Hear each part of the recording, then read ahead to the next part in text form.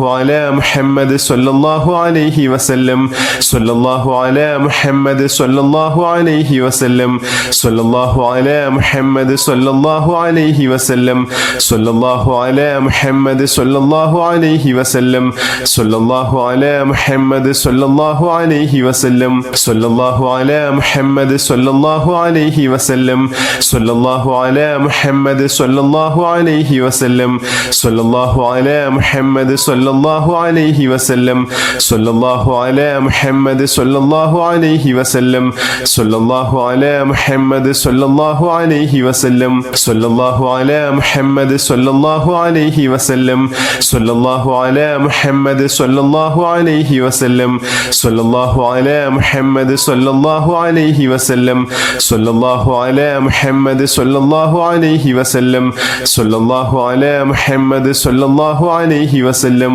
صلى الله على محمد صلى الله عليه وسلم اللهم صل على محمد يا رب صل عليه وسلم بحق جميع الأنبياء والمرسلين والحمد لله رب العالمين.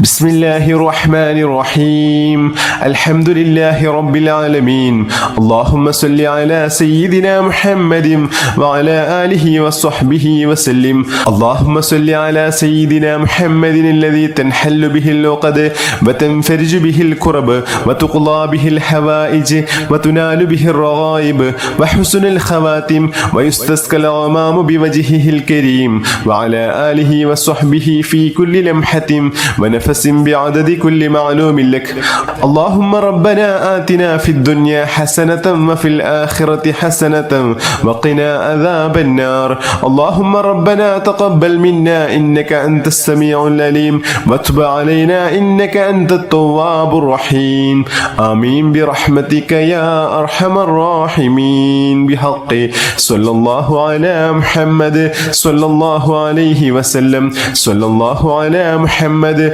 صلى الله عليه وسلم اللهم صل على محمد يا رب صل عليه وسلم بحق جميع الأنبياء والمرسلين والحمد لله رب العالمين.